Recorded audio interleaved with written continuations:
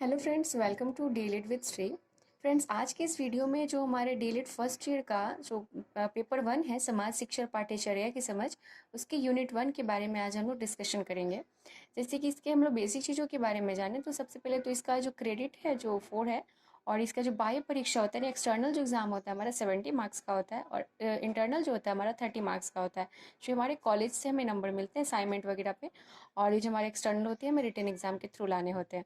So let's start, और unit 1 को आज हम कवर अप करते हैं। सो फ्रेंड्स, हम लोग F1 स्टार्ट कर रहे हैं। तो इसमें जो हमारा यूनिट 1, जैसा कि आप देख सकते हैं, बच्चे, बचपन और समाज दिया हुआ है। तो यूनिट 1 में जो कुछ हमारे टॉपिक दिए हुए हैं, फर्स्ट टॉपिक जो है बच्चे तथा बचपन, सामाजिक, सांस्कृतिक तथा ऐतिहासिक समझ। सो मेरे पास इससे रिगार्डिंग कुछ पॉइंट्स हैं। बच्चे तथा बचपन, तो जन्म के उपरांत प्रारंभिक वर्षों में जो होती है उसे सामान्यतः बचपन या बालपन की आयु माना जाता है। बच्चे तथा बचपन की अवधारणा को विभिन्न परिप्रेक्ष्य में अलग अलग परिभाषित किया गया है। सबसे पहले अगर देखा जाए तो आयु की कसौटी पर किया गया है, फिर कानून के दृष्टिकोण से बचपन। तो हम लोग आयु की कसौटी पर बात करें तो सामान्यतः युवा अवस्था प्रारंभ होने पर पूर्व की आयु को बचपन कहा जाता है। कुछ लोग जन्म से 12 से 13 वर्ष की आयु को बचपन मानते हैं। मनोविज्ञान में 2 से 3 वर्ष से 11 से 12 वर्ष के बीच की मध्य की आयु को बचपन कहा जाता है। कुछ लोगों का मानना है कि व्यक्ति को जब तक कानूनी मान्यता तथा वयस्कों के सभी अधिकार न मिल जाए तब तक वह बच्चा है। कई देशों में भी जो भूगर्भ होता है अवस्था को भी पूर्व की आयु के व्यक्ति को बच्चा कहा जाता है। और कानून के दृष्टिकोण से अगर बचपन की बात करें तो ये है कि विभिन्न राष्ट्रीय और अंतर्राष्ट्रीय कानूनों में बचपन की अलग अलग अवधारणा परिभाषित की गई है। भारत में किशोर न्याय अधिनियम के अनुसार 14 वर्ष से कम आयु, और शिक्षा के अधिकार अधिनियम 2009 के अनुसार 6 वर्ष से 14 वर्ष की आयु, और बाल श्रम निरोध अधिनियम 1986 14 वर्ष से कम आयु, बच्चों के अधिकार पर संयुक्त राष्ट्र के संधि पत्र, शिक्षा के अधिकार अधिनियम 2009 के अनुसार 6 वर्ष से 14 वर्ष की आयु, और बाल श्रम निरोध अधिनियम 1986 14 वर्ष से कम आयु, फिर बच्चों के अधिकार पर संयुक्त राष्ट्र के संधि पत्र के अनुसार 18 वर्ष से कम, फिर भारतीय खनन अधिनियम के अनुसार 18 वर्ष से कम, और फिर अशक्त व्यक्ति अधिनियम 1995 के अनुसार 18 वर्ष से कम। फिर इसका कंक्लूजन ये निकलता है कि कोई भी बचपन की आयु के दृष्टिकोण से देखता है, और कोई इसे अधिकारियों को प्रदान करने की अवस्था से, कहीं बचपन के जन्म की ये अवस्था का बीच का काम है, तो कहीं शैशवावस्था और किशोरावस्था के बीच का काल पर इतना तो स्पष्ट है कि बचपन वो आयु है जिसमें बच्चा प्रौढ़ पर दैनिक कार्यकलापों तथा आवश्यकताओं को पूरा करने के लिए आश्रित होता है। उसे न तो स्वतंत्र निर्णय लेने का अधिकार होता है और न ही आत्मनिर्भर जीवन का पग का। से हमारा सभी चीज़ों का कंक्लूजन निकला। और अगर हम समाजीकरण की अवधारणा की बात करें, जैसे कि इसमें नेक्स्ट टॉपिक दिया हुआ है हमारे सिलेबस में, समाजीकरण की समझ, अवधारणा, कारक तथा विविध संदर्भ। तो अगर हम इसकी उदाहरणा को देखें तो समाजीकरण वह प्रक्रिया है जिसके द्वारा व्यक्ति अपने समाज की जीवन शैली सीखता है और समाज में समायोजन करता है, जिसे समायोजन को एडजस्टमेंट कहा जाता है। व्यक्ति जिस समाज में जन्म लेता है और रहता है उसे उस समाज की भाषा, रहन सहन, खान पान, आचरण और रीति रिवाज सीखने होते हैं। बिना सीखे वह समाज में समायोजन नहीं कर सकता। इस प्रक्रिया के द्वारा व्यक्ति जन कल्याण की भावना से प्रेरित होकर अपने आप को अपने परिवार, पड़ोस तथा अन्य सामाजिक वर्गों के अनुकूल बनाने का प्रयास करता है, जिससे वह समाज का एक श्रेष्ठ, उपयोगी तथा उत्तरदायी सदस्य बन जाता है तथा समाज एवं वर्ग उसकी प्रशंसा करते हैं। फिर अगर हम समाजीकरण के बारे में जेम्स ड्रेवर के अनुसार देखें तो वो कहते हैं कि समाजीकरण वह प्रक्रिया है जिसके द्वारा व्यक्ति अपने समाजीकरण वातावरण के साथ अनुकूलन करता है और इस प्रकार वह उस समाज का मान्य सहयोगी एवं कुशल सदस्य बन जाता है। सो ये होगी। फिर समाजीकरण की विशेषताएं की बात करें तो समाजीकरण सीखने की प्रक्रिया है। इसमें उन्हीं व्यवहारों को सीखा जाता है जो आदर्श, प्रतिमान एवं मूल्य जो समाज द्वारा स्वीकार किए गए हैं। समाजीकरण द्वारा व्यक्ति समाज का सदस्य बनता है और उसे ज्ञात हो जाता है कि किस उपस्थिति में किस प्रकार कार्य करना है। समाजीकरण द्वारा व्यक्ति अपने समाज की संस्कृति को ग्रहण करता है और वह संस्कृति उसके व्यक्तित्व में सम्मिलित हो जाता है। समाजीकरण जीवन पर्यंत चलती रहती है और समाजीकरण से समाज की संस्कृति संरक्षित रहती है। इसे हमें पुरानी पीढ़ी नई पीढ़ी को संस्कृति का हस्तांतरण करती रहती है। समाजीकरण से समाज में निरंतरता बनी रहती है। सो फ्रेंड्स, ये थी कुछ समाजीकरण की अवधारणा और समाजीकरण की विशेषताओं के बारे में। अब हम बात कर लेते हैं समाजीकरण की प्रक्रिया के बारे में। तो सबसे पहले जो हमारा है अनुकरण है, सहानुभूति होता है, सहयोग, पुरस्कार एवं दंड, प्रतियोगिता, अनुकूलन या समांजन। तो सबसे पहले अनुकरण की बात करें तो अनुकरण समाजीकरण का एक मूलभूत तत्व है। बच्चा परिवार, पड़ोस तथा अन्य समूहों के लोगों को जिस प्रकार व्यवहार करते हुए देखता है वह उसी का अनुकरण करने लगता है। अनुकरण मतलब होता है एक तरीके से नकल करना, जिसको बोलते हैं हम लोग इमिटेशन, इसको हम लोग इंग्लिश में बोलते हैं। फिर सहानुभूति की बात करें तो प्रारंभ में बालक में अपनी सभी आवश्यकताओं की पूर्ति के लिए परिवार के अन्य सदस्यों पर निर्भर रहता है। यहाँ पर यह ध्यान रखना आवश्यक है कि परिवार में बच्चे की समस्त आवश्यकताएं पूरी करना ही पर्याप्त नहीं है, बल्कि उसके साथ सहानुभूतिपूर्वक व्यवहार करना भी अनिवार्य है। इससे बालक में अपनत्व की भावना बढ़ती है और उन्हें अधिक प्यार भी करने लगता है, जो भी उनके प्रति सहानुभूति प्रकट करता है। और थर्ड हमारा पॉइंट है सहयोग। जैसे जैसे बच्चा अपने साथ अन्य व्यक्तियों का सहयोग पाता है, वैसे वैसे वह दूसरों का सहयोग भी प्रारंभ कर देता है, जिससे उसमें सहयोग की भावना का विकास होता है। सबसे पहले माता पिता के सहयोग से सीखता है वो। फिर हमारा है पुरस्कार एवं दंड। तो जब बच्चा समाज के आदर्शों एवं प्रतिमानों के अनुरूप आचरण करता है तो उसकी प्रशंसा होती है, अथवा उससे उचित रूप से पुरस्कृत किया जाता है। इसके विपरीत जब वह समाज के आदर्शों के विपरीत आचरण करता है तो उसे दंड दिया जाता है। इससे बच्चों को समाजीकृत होने में सहायता मिलती है। फिर हमारा आता है प्रतियोगिता, जिसे हम कंपटीशन बोलते हैं। जब व्यक्तित्व प्रगति के लिए प्रतिद्वंदिता या प्रतियोगिता का सहारा लेते हैं, प्रतियोगिता के माध्यम से उनकी छिपी हुई प्रतिभा बाहर आती है और किसी भी कार्य को सही ढंग से करते हैं। प्रतियोगिता बच्चों के सर्वांगीण विकास के लिए बहुत आवश्यक होता है। फिर अनुकूलन या समंजन की बात करें तो उचित समाजीकरण के लिए आवश्यक है कि बच्चे का पालन पोषण अच्छे वातावरण में उचित ढंग से किया जाए। ऐसा करने पर वह समाज के आदर्श मूल्यों के अनुरूप अपने आचरण तथा अपने आप को समंजित करता है अथवा अनुकूलन करता है। ये हो गया हमारे कुछ समाजीकरण की प्रक्रिया के बारे में, कुछ हमारे पॉइंट्स थे ये। अब हम लोग जिसमें हमारा अब इसमें दिया हुआ है समाजीकरण की समझ, अवधारणा, कारक एवं विविध संदर्भ। तो अवधारणा तो हमने देख लिया, अब हम इसके कारक को देख लेते हैं कि आखिर समाजीकरण के कारक कौन कौन से हैं। ये है कुछ समाजीकरण के कारक जिसको फैक्टर ऑफ सोशलाइजेशन बोलते हैं। तो सबसे पहला कारक है भौगोलिक कारक, आर्थिक कारक, राजनीतिक कारक, ऐतिहासिक कारक, सामाजिक मान्यताएं, धार्मिक कार्य, सांस्कृतिक कारक, पारिवारिक कारक, जातीय समीकरण, लैंगिक कारक और संचार मीडिया। ये थे कुछ पॉइंट्स जो समाजीकरण के कारक है। आप इसमें और भी इंक्लूड कर सकते हो जो आपको लगे कि हाँ ये भी हो सकता है। अगर हम भौगोलिक कारक को देखें कि इसमें क्या हो सकता है, तो किसी बच्चे में स्थान और वहाँ के वातावरण, रहन सहन बच्चों की समाजीकरण के महत्वपूर्ण तत्व होते हैं। जैसे जो बच्चा पहाड़ी इलाके में रहता है तो वहाँ के वातावरण के अनुसार उसका समाजीकरण होता है। फिर आर्थिक कारक की बात करें तो अर्थ से केवल सुविधाएं ही नहीं प्राप्त होती, बल्कि धन से पौष्टिक चीजें भी खरीदी जा सकती हैं। इससे मनुष्य का शरीर विकसित होता है और धनहीन व्यक्ति में असुविधा के स्वभाव में हीन भावना विकसित हो जाती है, जो विकास के मार्ग में बाधक है। आर्थिक कारक मनुष्य को बौद्धिक क्षमता को भी प्रभावित करता है। इस तरीके से आप राजनीतिक कारक में भी पॉइंट ऐड कर सकते हैं, और जो आपने ऊपर डेफिनेशन देखा उससे आपको हेल्प मिल ही गया होगा कि इसमें क्या क्या पॉइंट और ऐड करना है। ऐतिहासिक कारक भी वही है। फिर सामाजिक मान्यताएं हैं कि व्यक्ति जो एक सामाजिक प्राणी है, जो जैसा हम लोगों ने पीछे देखा कुछ इसी तरीके से इसमें भी पॉइंट हम लोग इंक्लूड करते हैं डेफिनेशन के तौर पे डिफाइन करने के लिए। फिर अगर हम धार्मिक कार्य की बात करें तो हिंदू, मुस्लिम, ईसाई, जैन और बौद्ध आदि धर्म ना होकर संप्रदाय या समुदाय मात्र, संप्रदाय एक परंपरा के मानने वालों का समूह है। ऐसा माना जाता है कि अच्छा धर्म इंसान को अच्छे के मार्ग पर ले जाता है। फिर सांस्कृतिक कार्य की बात करें तो संस्कृति जन्मजात नहीं है। धर्म संस्कृति मनुष्य के विकास को अत्यधिक प्रभावित करती है। पूजा पाठ का ढंग, समारोह मानने का ढंग, संस्कार का ढंग आदि हमारी संस्कृति है। संस्कृति जन्मजात नहीं है। संस्कृति में व्यवहार के वे आदर्श प्रतिमान है जिसे समाज स्वीकार करता है। फिर पारिवारिक कारक में भी कुछ इसी तरीके से कि बालक के समाजीकरण विभिन्न तत्वों में परिवार का प्रमुख तत्वों में स्थान होता है। जैसे कि हम लोग अगर पढ़ते भी सोशलाइजेशन के बारे में तो इसमें प्राइमरी माना जाता है, ये हमारा परिवार ही माना जाता है, फैमिली ही। इस तरीके से इसमें भी हम कुछ पॉइंट्स को ऐड कर सकते हैं।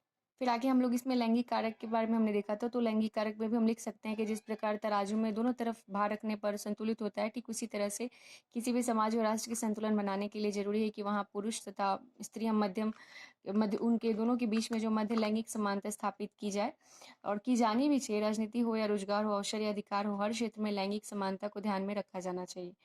ये थे हमारे कुछ पॉइंट। और संचार मीडिया के बारे में तो हम जानते हैं कि संचार माध्यम का प्रभाव समाज में अनादिकाल से ही रहा है। इसमें भी हम कुछ और भी पॉइंट्स ऐड कर सकते हैं। सो ये हमारे जो टॉपिक हमारा जो था ये कुछ कंप्लीट हो गया इसमें। और अभी अगर हम बात करें इसमें बच्चों का सामाजिकरण में माता पिता, परिवार, पड़ोस, जेंडर एवं समुदाय की भूमिका, तो हम लोग इसको देख लेते हैं कि इसमें और क्या क्या हो सकता है और इसको हम किस तरीके से आंसर राइटिंग कर सकते हैं। तो फ्रेंड्स, अगर हम सामाजिक में माता पिता की भूमिका देखें तो बच्चे जन्म के साथ ही एक नए वातावरण का अंग बन जाते हैं। जब जहाँ सब कुछ अनजान होता है, जन्म देने वाले उसके माता पिता संसार के प्रथम व्यक्ति होते हैं जिनके संपर्क में बच्चा आता है। उसे शारीरिक क्रियाओं से लेकर हाव भाव, इशारे, हंसना, बोलना, अपने आवश्यकताओं को संप्रेषित करना, उसकी देखभाल आदि सभी के लिए देखभाल, सफाई उसे माता पिता पर ही निर्भर रहना पड़ता है और उन्हीं से वह सीखता है। बच्चों के समाजीकरण में माता पिता की पालन पोषण शैली का अत्यधिक प्रभाव पड़ता है, जो कि मुख्यतः 3 प्रकार की होती है। जो स्टाइल होता है उनका पालन पोषण करने का, तो सबसे पहला होता है प्राधिकारपूर्ण शैली, जिसको हम लोग बोलते हैं ऑथोरिटिकल स्टाइल। फिर सेकंड हमारा आता है लोकतांत्रिक शैली, जिसको हम लोग बोलते हैं डेमोक्रेटिक स्टाइल। एंड थर्ड आता है इच्छा अनुवर्ती शैली, यानी कि डिजायरेबल स्टाइल, जिसको हम लोग फ्री स्टाइल भी बोलते हैं। तो फर्स्ट अगर हम देख लें प्राधिकारपूर्ण शैली के बारे में, तो इस शैली से पालन पोषण करने वाले माता पिता अपने नियम, मान्यताओं और रीति रिवाजों को लेकर अत्यंत कठोर होते हैं। ऐसे माता पिता की इच्छा होती है कि बच्चा वो सब बिना किसी तर्क वितर्क की करे या पढ़ ले जो माता पिता चाहते हैं। देखा गया है कि ऐसे माता पिता बच्चों को दंड देने में भी बिल्कुल भी नहीं हिचकिचाते हैं। ये हो गया हमारा प्राधिकारपूर्ण शैली के बारे में, यानी किसी चीज को जबरदस्ती करवाना, हम लोग इसको शॉर्ट में समझ सकते हैं। फिर हमारा आता है लोकतांत्रिक शैली के बारे में। इस शैली को अपनाने वाले माता पिता के बच्चे स्वयं सक्षम बनने की दिशा में आगे बढ़ते हैं। वे अपने बच्चों का सामाजिकरण इस प्रकार से करते हैं कि बच्चे अपनी समस्याओं, परेशानियों, मन में चल रहे द्वंद्व या फिर अन्य अनिर्णय की परिस्थिति, समाज में हो रहे परिवर्तनों आदि के विषय में माता पिता से खुलकर चर्चा कर सकते हैं। माता पिता उन्हें तर्क वितर्क करने का उचित अवसर प्रदान करते हैं तथा स्वयं सही गलत का निर्णय करने का योग्य बनने में उनकी सहायता भी करते हैं। ये बहुत अच्छी शैली है। ये शैली कुछ हद तक बहुत अच्छी है और ऐसी ही होनी चाहिए। फिर ये हमारा इच्छा अनुवर्ती शैली है, जो इस शैली पर विश्वास करने वाले माता पिता अपने बच्चों के समाजीकरण की प्रक्रिया में हस्तक्षेप नहीं करते और उन्हें अपना व्यवहार अपने अनुभवों के आधार पर निर्मित करने देते हैं और न ही उनके व्यवहार पर नजर रखते हैं। ऐसे माता पिता बच्चों के हर व्यवहार के लिए उन्हें ही उत्तरदायी मानते हैं। ये हमारे हो गए कुछ ये जो हमारा फ्री स्टाइल था, तो इसमें आप देख भी सकते हैं फ्री स्टाइल की तरह इसमें डिफिनेशन दिया हुआ है।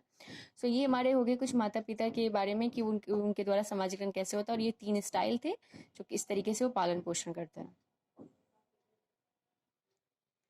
बच्चों के समाजीकरण की प्रक्रिया में हम लोगों ने माता पिता तो पढ़ लिया, अब हम सेकंड बात करते हैं परिवार के बारे में। ये हो गया परिवार के बारे में कुछ पॉइंट्स। एंड उसमें नेक्स्ट दिया हुआ है पड़ोस के बारे में, तो वो देख ले।